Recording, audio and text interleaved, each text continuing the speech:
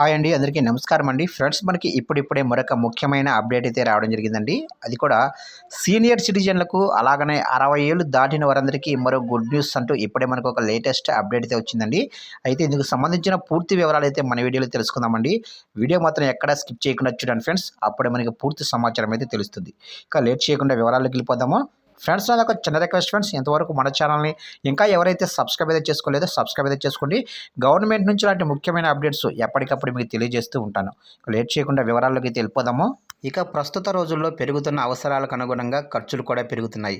ఈ నేపథ్యంలో దీపం ఉన్నప్పుడే ఇల్లు చక్కపెట్టుకోవాలనే చందాన రాబడి ఉన్నప్పుడే భవిష్యత్తు అవసరాలను అంచనా వేసుకుని పెట్టుబడి పెట్టాలని ఆర్థిక నిపుణులు సూచిస్తూ ఉంటారు. కాబట్టి పదవీ విరమణ తర్వాత సౌకర్యవంతమైన జీవనానికి తగిన నిధులు కలిగి ఉండాలి. ఇలాంటి వారి కోసం సీనియర్ సిటిజన్స్ సేవింగ్స్ స్కీమ్ పథకంలో భారతదేశంలో ఏళ్లుగా ఆదరణ పొందుతుంది. ఇది ప్రభుత్వ మద్దతుతో వచ్చే పథకం కాబట్టి చాలా సురక్షితమైనదిగా పరిగణిస్తారు.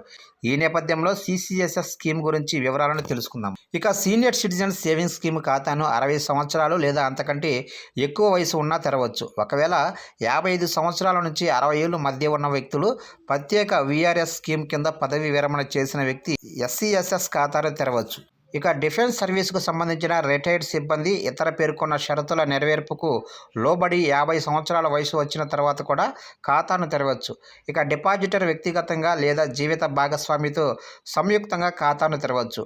ఇక ఎస్సిఎస్ఎస్ ఖాతాను సీనియర్ సిటిజన్ బ్యాంకు లేదా పోస్ట్ ఆఫీసులో కూడా తెరవచ్చు.